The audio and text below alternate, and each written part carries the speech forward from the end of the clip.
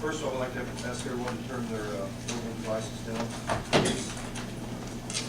Today is February 16, 2016. The time is 7:15 p.m. and the regular meeting of the Greensburg Planning Commission is called to order. This time I'd like everyone to rise to the pledge of allegiance. With allegiance to the flag of the United States of America and to the republic for which it stands, one nation, under God, indivisible, with liberty and justice for all. Sally, take roll, please. Jamie? Here. John? Here. Kevin? Here.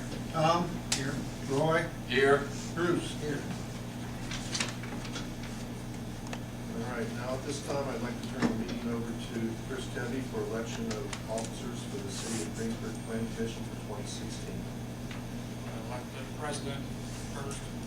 Accept any nominations from the floor for president. I nominate Kevin Fleetwood. Second. Any other nominations? Close the nominations and take a vote on the motion. Jamie? Yes. John? Yes. Kevin? Tom?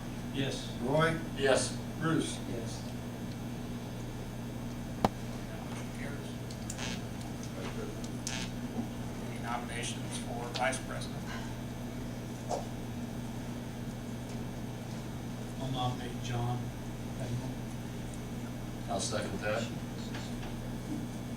additional nominations? Close the nominations. John, will you accept the nomination? And take a roll call vote, please. Bruce? Yes. Roy? Yes. Tom? Yes. Kevin? Yes. John? Jamie? Yes. We have secretary. Pardon? Good with secretary. I was going to ask John if he would be secretary for the coming year. Guilty? Well, since he volunteered, welcome aboard, John. For another year. All right, we were all sent minutes for the October 20, 2015 meeting. Maybe you've all had time to review those minutes. Are there any additions or corrections to those minutes?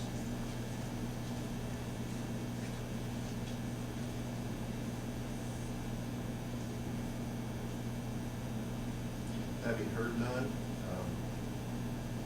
take a voice vote. All in favor of the minutes as submitted, please signal sign aye. Aye. Opposed, same sign. I abstain. And that minutes from October 20, 2015 are approved as submitted.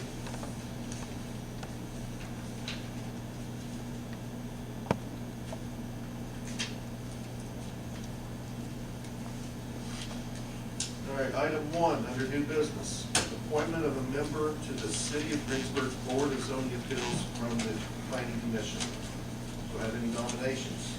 I nominate Bruce. Do I have a second? Second. I've got a nomination, a second. John, please take over the vote, please. Jamie?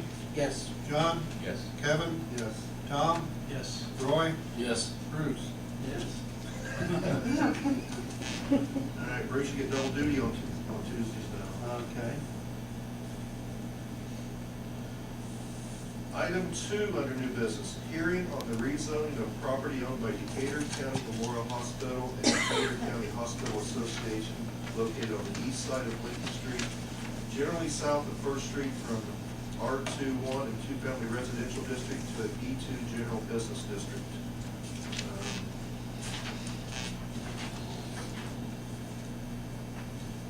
Mr. May, would you like to give us a This back to this one? illustration here shows outlined in the yellow boundary the property owned by the hospital or the hospital association that is located within the city of Greensburg.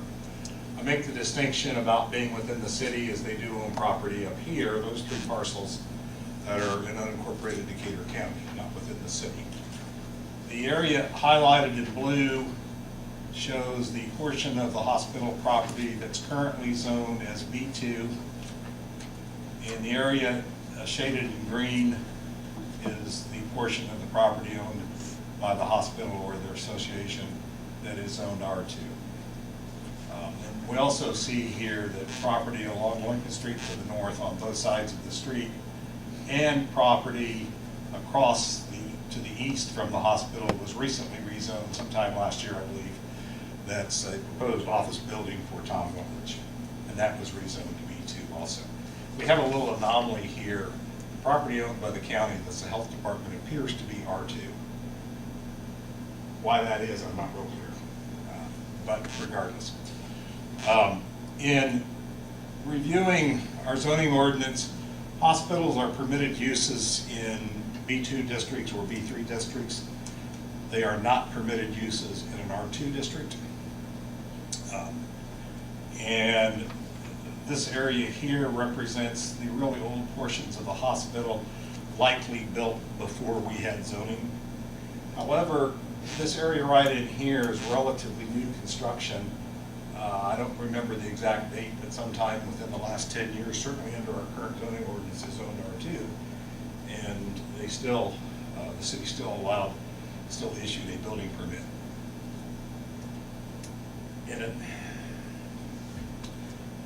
So the area outlined in blue here is the area of the request for the rezoning. And with that rezoning, then all of the property within the city that belongs to the hospital would be zoned B2. And they would be permitted to do any kind of hospital or medical building or likely anything that the hospital would ever need to do would be in conformance with the zoning ordinance.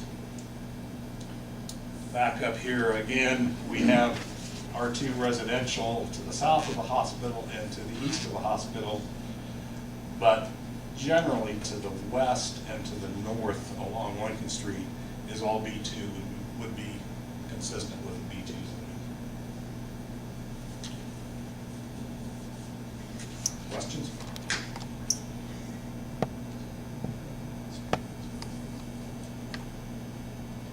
This is a hearing as prescribed by state statute. You must hold a hearing, and at the conclusion of your hearing, you would make a recommendation to the city council, or you could submit this to city council with no recommendation, but likely you would either submit a recommendation for approval or a recommendation for denial of the change, and then it's up to council to deal with how this all ends up. Are there any questions from members of the council? Are there any questions from members of the audience in regards to the rezoning? Yeah, is that all going to be parking lot? Please approach the podium with your question, please.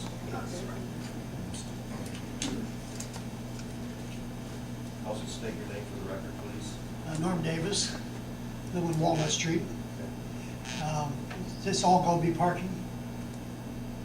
As Ron stated, it can be used for anything the hospital deems necessary for, So there's no future plans? You can't tell us anything? not to my knowledge. Ron? We do have a representative of the hospital here tonight. Okay. Stephanie, can you shed any light? I'm Stephanie Hoover, and I'm at the law office of Wickens and Wickens, and we're here on behalf of the hospital. We also have a member from the hospital, Eric Stokes, who's the vice president of operations here as well. Currently, there's no plans for anything, but we figured, the hospital figured that it was best when this was brought to their attention to just get it all rezoned so that in future, they wouldn't have to go through this step before doing anything if they needed to. But Mr. May said pretty much everything, and the hospital is in agreement with that. So there are no plans to do anything as of right now? No. Thank you. You're welcome. Any other questions from the audience?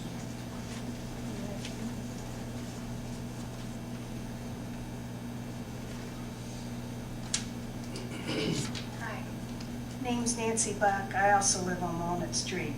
I guess my question would be, since I've got green space behind me now, I'd kind of like to keep it that way.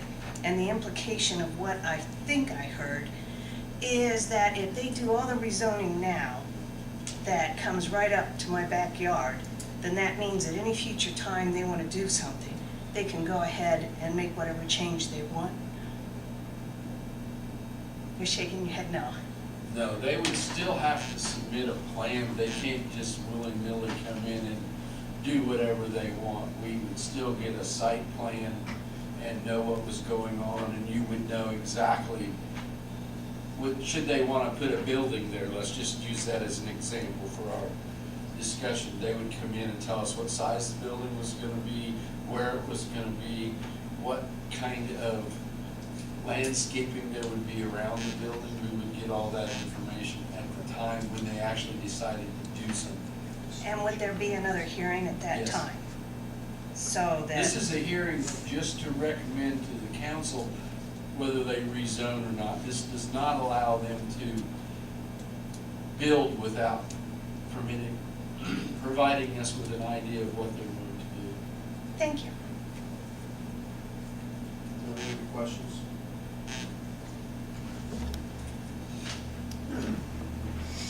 Glenn Tebby.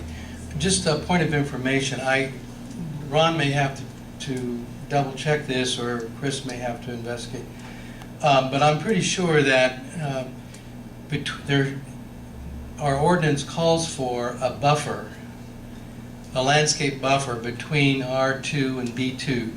So to this lady's question, really, once it's rezoned, there could be a request or an expectation that there be a buffer created between the property and her property.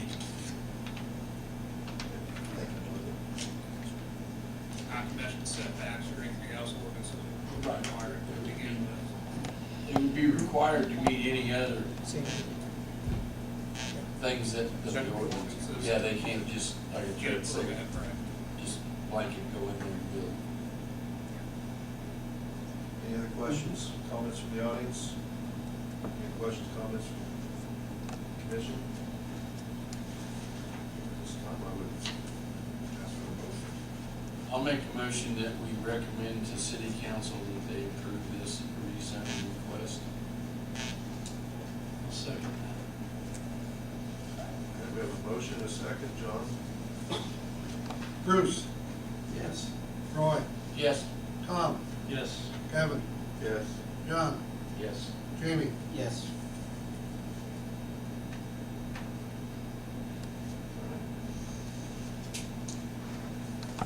I will work with Chris for the next council meeting to draft an ordinance for the consideration of the council for the first reading of the rezoning.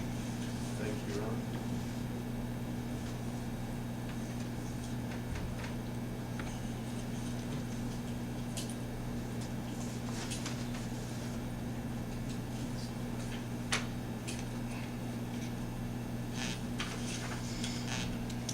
Item 3, request from City of Greensburg Board of Zoning Appeals to review and consider recommending to the common council to amend the sign ordinance as it relates to convenience stores with fuel dispensing facilities. Specifically, the board is requesting consideration of the requirements of the ordinance in respect to canopy branding and fuel dispenser branding. I'll represent the BCA on this. Our request is that when someone comes in, that we're not counting, when they put a cover on the gas pump, what I'll call the gas pump itself, its fuel dispenser, that's not counted as a sign. Okay, you know, they do this everywhere. They put their name on it, Speedway, Sinclair, Gulf, Standard, whatever. The way it kind of comes across, that counts as a sign, because we didn't specify that that's not a sign. And then they're over the limit on their signs. And that means that everything has to come before the BCA just when they want to put a new cover on their fuel dispensers. Or on a logo up on their canopy that covers where people get their fuel at. And speaking from what I remember when we went through the sign ordinance, we weren't counting the fuel dispenser, saying that that was Speedway or Gulf or whatever to be a sign. You know, just like a little thing that says we accept MasterCard, we didn't feel that that would be counted as a sign. But when you look at the ordinance, it didn't ever differentiate from any of that. So technically, all of those are signs. Our ordinance is silent on canopies, dispensers, card readers. Those are the ones the BZA has seen in the last couple of months. We've had 2 cases there. It would certainly help me in trying to enforce the ordinance to have some clarity on what is intended there. And if these are items that don't need to go to the BZA, it's going to help the BZA not to have to deal with all of these. What we've been doing for the last couple of cases is bringing in basically a rendering of what the place would look like, and the BZA reviews it and makes a determination. It goes without saying that branding or signage on canopies is the most common thing out there in terms of fueling facilities, and also the labeling of the dispensers with the name of the company is also very common. So I think it's reasonable that we will continue to see these if we don't clarify how to handle these in our sign ordinance. Any questions from the commission?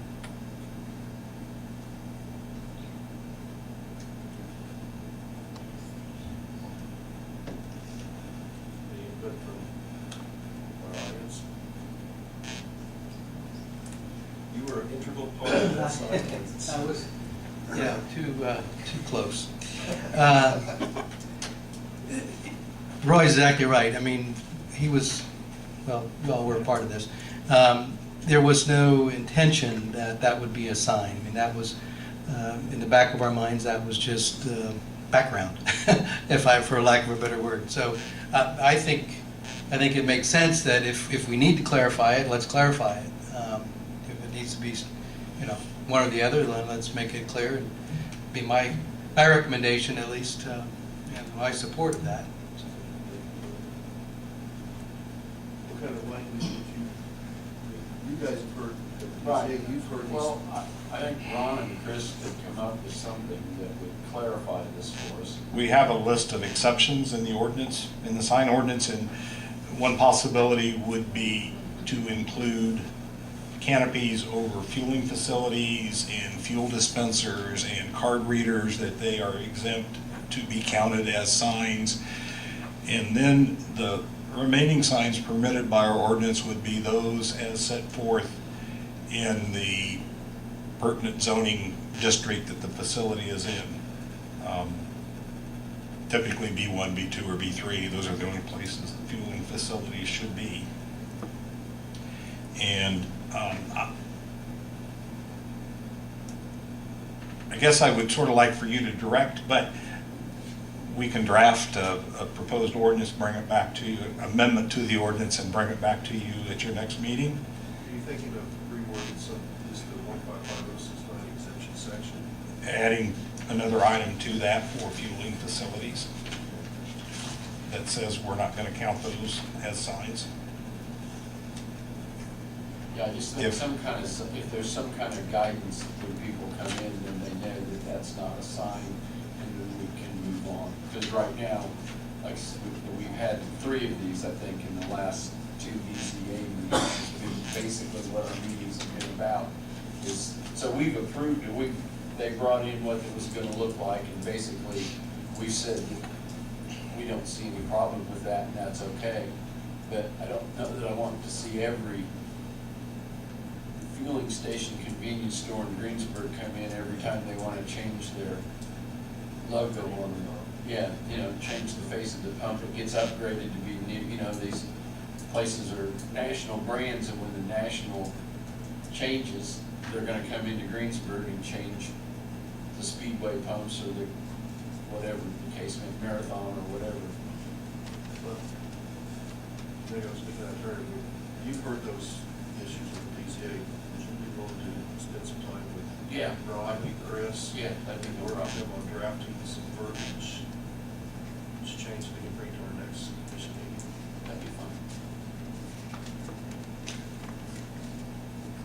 Like plan? It does. All right. That moves us on to item number 4, discussion of the sign ordinance for B1 Central Business District in reference to the relationship of the body of the text as it relates to Appendix 1. Also, discussion of the requirements of the sign ordinance relative to signs indoors or outdoors that are not visible for the public right of way. I was kind of the instigator of this item primarily because of the previous item where we're discussing amending the ordinance. So if we're amending the ordinance, maybe that's a good time to clean up a couple of other issues that are out there. In reviewing the sign requirements in a B1 Central Business District zone, the text or the body of the ordinance discusses signs in kind of general terms, does not provide guidance on the number of signs, the number of pole signs, or the area of signs, nor does it make reference to Appendix 1, which is the table that in the past has always been referred to as the intent of the body of the ordinance. When you look at Appendix 1, you see here we do in fact have a column for B1. And my thought was that we could probably clarify this situation if, like in B2 that we amended recently, we simply say that the number and area of signs is to conform to the requirements of Appendix 1. And then that fully incorporates this table. It doesn't really, I don't think, change anything, but it clarifies that B1, the table, Appendix 1, is part of the ordinance. The other item that I bring before you relative to the signs, because we're looking at this, we have had discussions in the past that it might not have been the intent of the ordinance to regulate signs that are not visible, my word, from the public way, from the public right of way. Our ordinance provides a clear exception for signs within buildings that are not viewable by a pedestrian or a vehicle outside of the building. And that wording is a little interesting to me because you could have, let's say, a shopping center where there could be a sign in a building where a pedestrian or a vehicle could view commercial message on whatever's inside the building, but you couldn't necessarily see that from the public right of way. Also, you could have a situation a little bit like we had with the CNG canopy where they wanted to put branding on the side of their canopy away from the road that you would not be able to see traveling up and down the highway nor walking up and down the highway. Do you intend that we regulate those signs, or is it not a public affront if you have signs that cannot be seen from the public right of way? So I put that on here also because we're talking about the sign ordinance, and if we're going to clean up some things, maybe we want to clean up a few more things. Any questions for the commission? Again, it was never our intent that if you couldn't see it from the public right of way to regulate what went on. Somehow we mentioned inside the building but didn't mention on the property that doesn't face the public right of way or the sidewalk or what have you. Again, those are, just to use Glenn's term, that was kind of, because we thought of that as background, not as signs.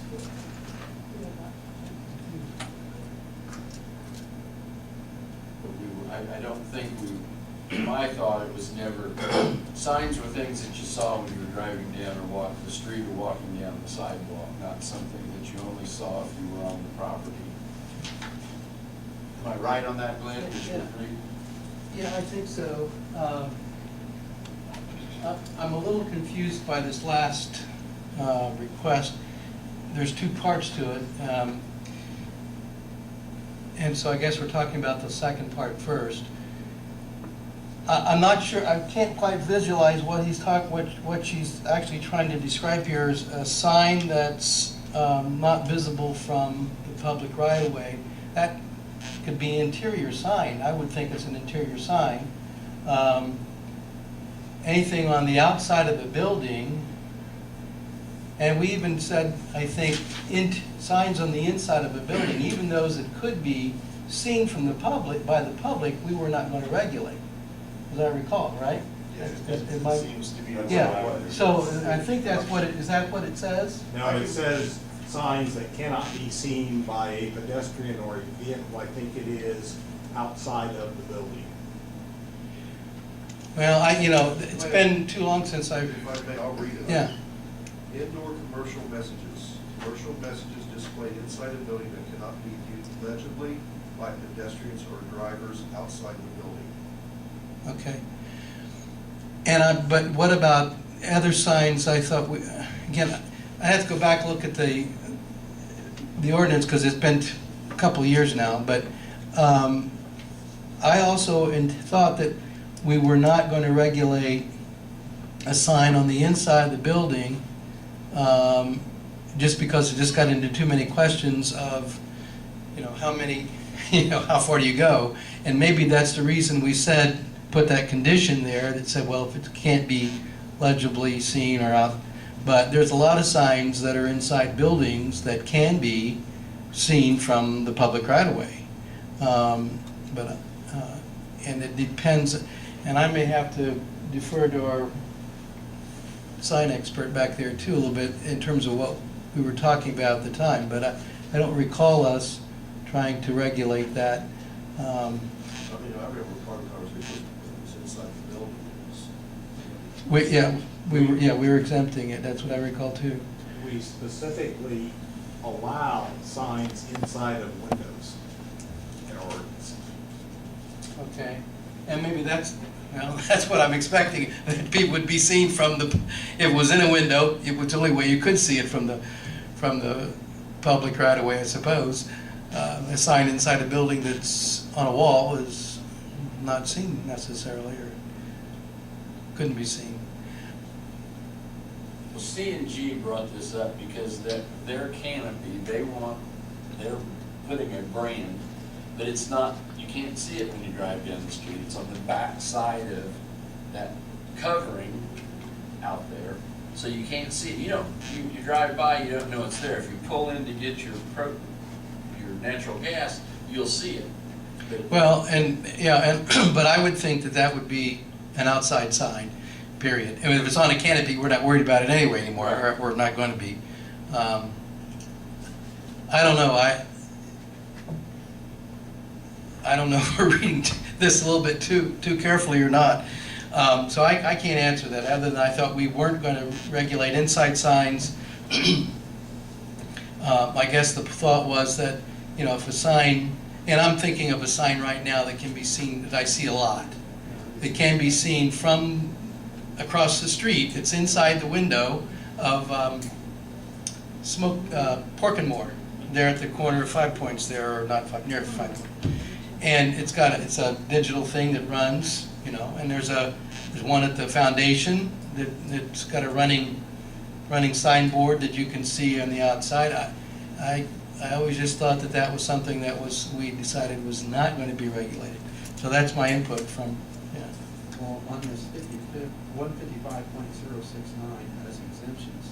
We got, column B, window signs, signs displayed on inside the windows shall be exempt. yeah. Well, that kind of answers what I thought was the case. Because, fine, look at a lot of signs, they're displayed there in the window to Yeah. attract people to bring in. Fast food places Yeah. typically, Yeah. grocery stores Yeah. typically. They're gonna advertise their product and try to lure people in. Right. Promote their business. So, yeah, I think we were, that was my intent, so that confirms what our intent was. With regard to the first question that was asked, in terms of the B1, I think we were looking at that, but I also, as a guideline, but I also know that, and I'm harking back in part to when the Central Business District was first created, this was many years ago. It was hard to determine how to make that into a unified business district because we had such varied existing businesses there. We had everything from retail to warehouse to a plant. It was to office buildings to, it was very, very difficult. And so that's why we created what we called a central business district, to give it that flexibility to kind of cover ourselves. The other thing that I recall from that district, particularly with signs, everything else, and this is with memory, so gentlemen, you'll have to correct my memory here. because that's partly historical district, that, as I recall, also helped govern, govern, I guess is the right word, how and what those signs might look like, and what kind of we wanted to conform to part of that historical district, that there were certain restrictions within that, and that these, and I can't think of the right term, historical commission, for lack of a better, the correct term, was to provide guidance and recommendations on that, if I'm recalling correctly. Sean may remember that as well. So that's another element that goes into determining, as you ask, type of signs and kinds of signs and so forth. So I think we left it somewhat open in order to accommodate the character of the place as well as the breadth of it. And I know it is confined to maybe a block or so north of the square and a couple blocks south, and then a few blocks east and a few blocks west. That's really what's I think is the central business district. So that's my memory, and I don't know how you're going to resolve it, but I'm just telling you, I know we try to keep it broad in order to accommodate those conditions. And a little clarification here. Our ordinance, and the part of the ordinance that I quoted and provided you to, speaks to the central business district B1 not included in the historic preservation district. Oh. The following section of our sign ordinance speaks to the historic preservation district. And I'm not thinking about the historic preservation district. That makes reference to the guidance provided through the Historic Preservation Commission. And so signage there is to comply with the guidance from the Preservation Commission. If you feel it not appropriate to make reference to Appendix 1, it may be beneficial to remove the B1 column from Appendix 1. However, without that information, our ordinance provides no guidance or requirements as to the number of signs or the area of signs in the B1 district. The only guidance on number and area is in Appendix 1. Thank you. Any other questions from the audience? Comments? With that clarification, I would be supportive of, with a distinction between the historical district and the other parts of B1, I would encourage that we would maintain some guidance with B1. So if that's what it takes, if that B1 can be referenced specifically to the area outside of the historical district, then I think that would make sense to me. Thank you. Any other questions from the audience? Comments? Since the ordinance does specifically state that it's the B1 Central Business District that is not in the historic downtown district, I would welcome a motion to have the verbiage of 155.075 changed to reference Appendix 1 and tie Appendix 1 into the body of that ordinance in reference to the B1. So moved. Pardon? So moved. I'll second it. And we'll do this, we'll go on that one first, and then we'll come back with the episode. John? Jamie, Yes. John, Yes. Kevin, Yes. Tom, Yes. Roy, Yes. Bruce. Yes. All right, so that's for one of that discussion. So you guys will My proposal would be to draft have an amendment to the ordinance that will cover both the canopy question, the fuel dispensing question, and this B1 district issue, and then you all decide which one to do about the other one. We'll put them all into one since we're amending the same ordinance, and that works out. So, I think we had some discussion. I would make a motion that we do nothing about regulating indoor or outdoor signs that are not visible from the public right of way. second that. So you guys are, that motion be to keep the exemptions in place as they are. Okay. We have a motion, we have a second. John? Bruce, Yes. Roy, Yes. Tom, Yes. Kevin, No. John, Yes. Jamie. Yes. All right, moving forward. Item number 5, discussion of possible rezoning of an I-1 light industrial district located south of Freeman Road and east of State Road 3.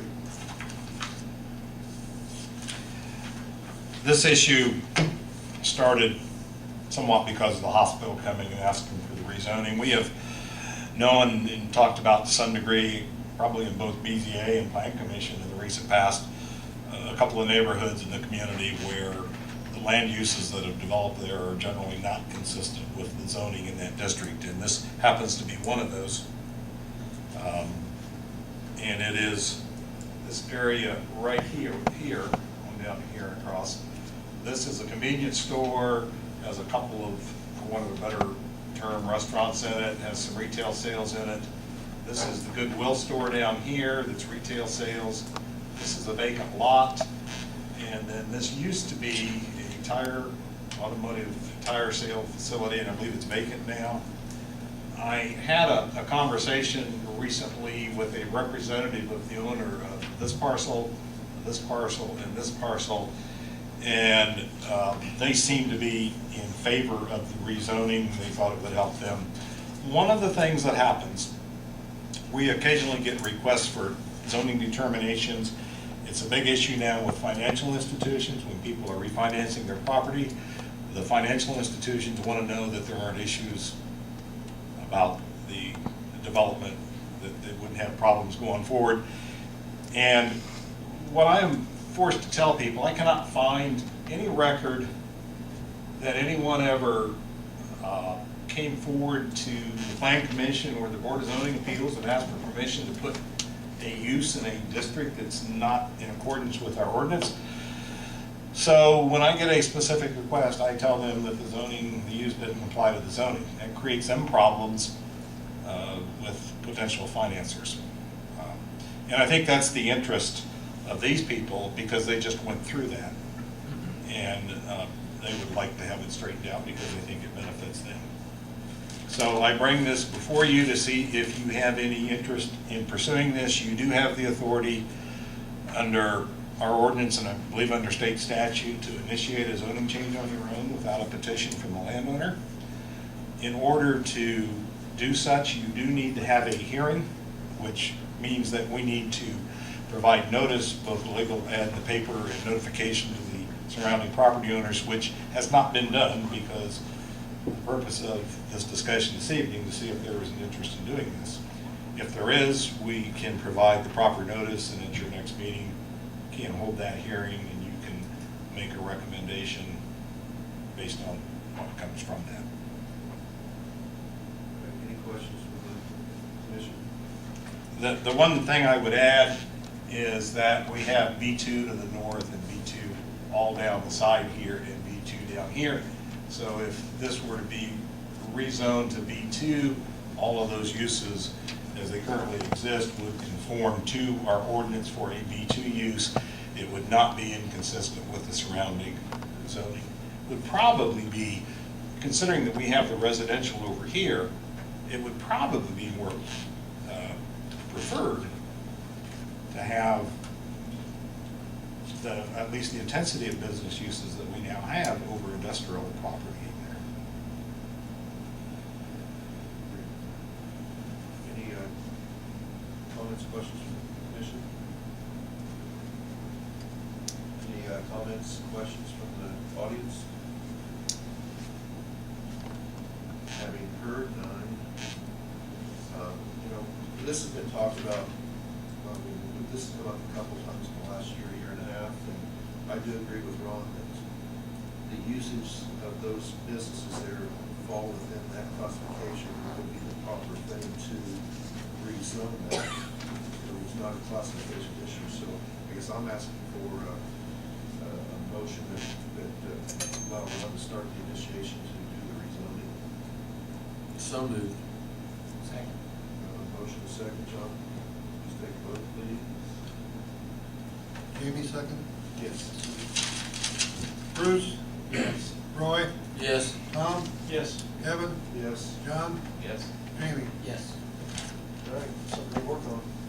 We will, I will provide the appropriate notifications, and at your next meeting, we will have this for a public hearing. Thank you. Item number 6, discussion of possible rezoning of an I-1 light industrial district located in West Commerce Park, D subdivision. This is a very similar situation to the item that you just considered. We have an industrial zoned property just south of Vandalia Road here. This is US 24 and State Road 3 down here. The property in here is all zoned I-1. It has developed with a mixture of uses. We have an office building here, we have a gymnastics studio here, we have another gymnastics studio slash cheerleading training slash indoor field house. This lot's vacant. This is recently, the front part of this property was agreed to be used for a physical fitness facility. We have some individual storage units right in here. We have another office building here. We have a farm implement sales operation here, which is a permitted use in an I-1 district. We have retail sales here.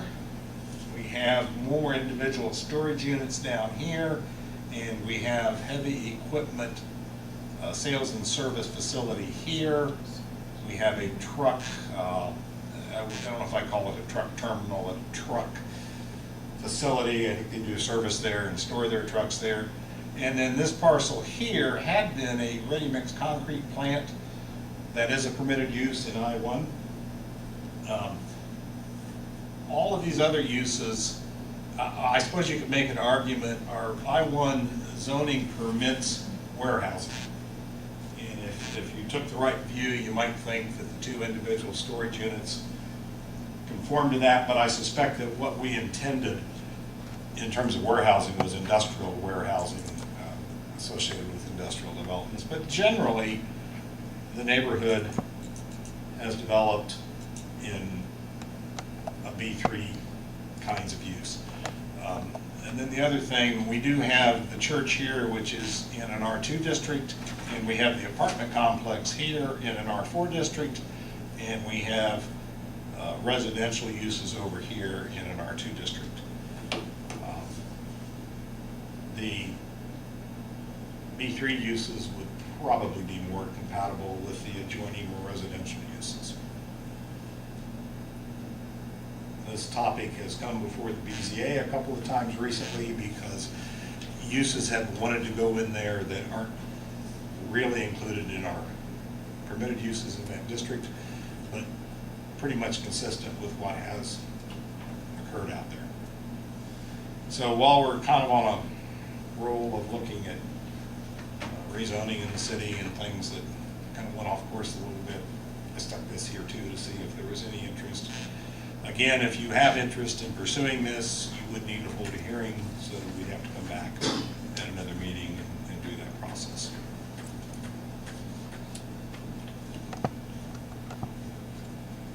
Any questions, comments from the commission?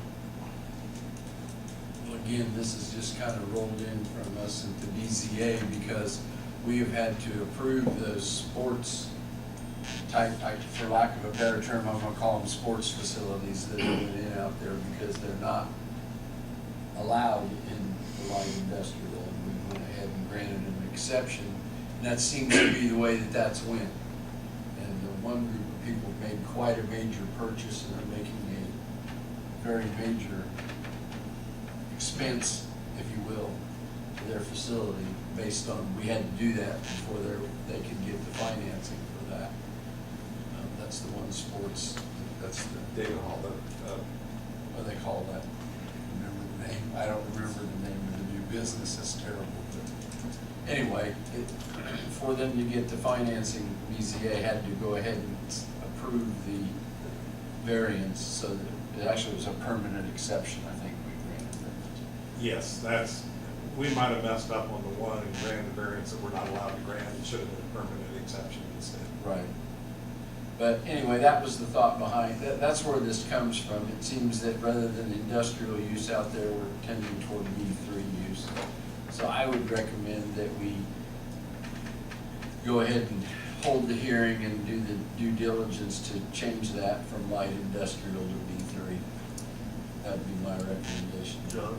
I have a question on, what about the concrete plant? It says that you can't do that on the concrete plant, right? Without an exception. The concrete plant is really a concrete plant because they moved out some time ago. However, they could move back in under our current zoning ordinance, and I heard recently, I believe the property is being sold to another concrete producer. So they may have a strong desire to stay there. One of the things that's kind of wrong with that development is, I don't know how heavily built the road is, but the layout's just not the best for big trucks coming and going in and out of there.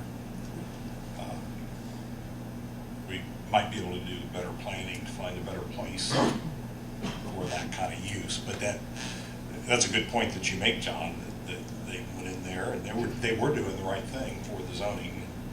Do we need to get with them before We will notify them in the course of having a hearing. They will get, we will publish both a legal ad in the paper, and we will notify all of those property owners individually by certified mail. That will give them the opportunity to appear before you at the hearing. It may be appropriate to get with them more than that, but in fact, it strikes me that as you make your deliberations, you all need to hear from them and not through me or anyone else to where I can misunderstand or misinterpret or misreport what they say. And I think it would behoove you and them both for them to appear at your meeting. Any questions, comments from the audience? Tom, did you have something? Yeah, I got. My name is Chris Toomey. I own the building out there where the farm implement sales is. And I want to know, are you guys going to grandfather me in on I-1 then, in case they move out, I got to move back in? Are you guys going to be able to do that, to certify, since you did that with the building that's going in right now? You guys just did that, so you grandfather me in, saying that I can still have I-1 there as long as it should be. Since it started out to be an I-1, and I did the right thing to do it then. Right. So that's my comment.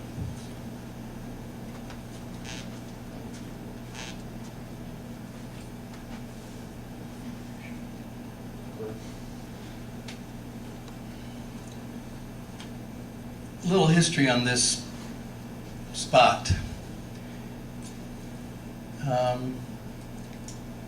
Many years ago, when there was a big push that we needed industrial space to promote for jobs, and this was way prior to Honda, a couple years prior to Honda, as a matter of fact, several years prior to that. We needed land, space, and so forth, and so this was proposed as I-1 in order to market for that purpose. And the Plan Commission agreed to create that location because it was near and next to existing industry. It made sense that we would clearly expand in that area. But within a very short time, nothing was done for the industrial piece, but it began to be marketed as a B3, really. And I know Chris operates as a B3 now. You don't have an industrial operation there. And whether that can be granted an exception later on, if that needs to happen for other purposes, or if his business plan changes, And that, I think that's something that could happen. But the fact is that it was, I don't know that it was ever in the mind of anybody that controlled this, that it was going to be an I-1. It was given that purpose so they could do whatever they thought they could do whatever they wanted with it. Unfortunately, or fortunately probably, because then later on, and I objected at the time, that an R4 was put on the other side, and then they wanted an R2, or an R4, or R2 on this side and an R4 on the other side, because that's what they wanted to do with that property, right, and rezoning it. So it's been a mishmash, and this would, by making it B3, I support it and encourage you, by making it B3, you are trying to true it up and make it much more compatible, so that you can stop a concrete plant that isn't appropriate for that spot, necessarily because of the way it's laid out or because of where it's at with regard to the residential areas next to it. You can have a better use of that property, protecting the other property owners surrounding it. And I agree, provided there's consideration for an exemption that may need to be made, or exception that may need to be made, given an appropriate use within the similar to what's already going on there now. That it wouldn't be so outlandishly contrary to what would be a good use of the land, as well as what would be in conformity with and in consideration of the neighbors. So I would encourage you to make that change, because that's really what it is and what I think it was intended to be in the beginning, the way it seems.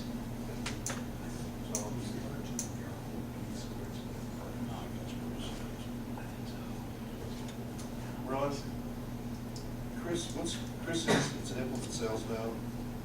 That's permitted use in I-1. Okay. It should be permitted in It, I believe it's permitted in B3 also. I think it's either or. I think it could be in either district. Our ordinance specifically says agricultural sales in I-1.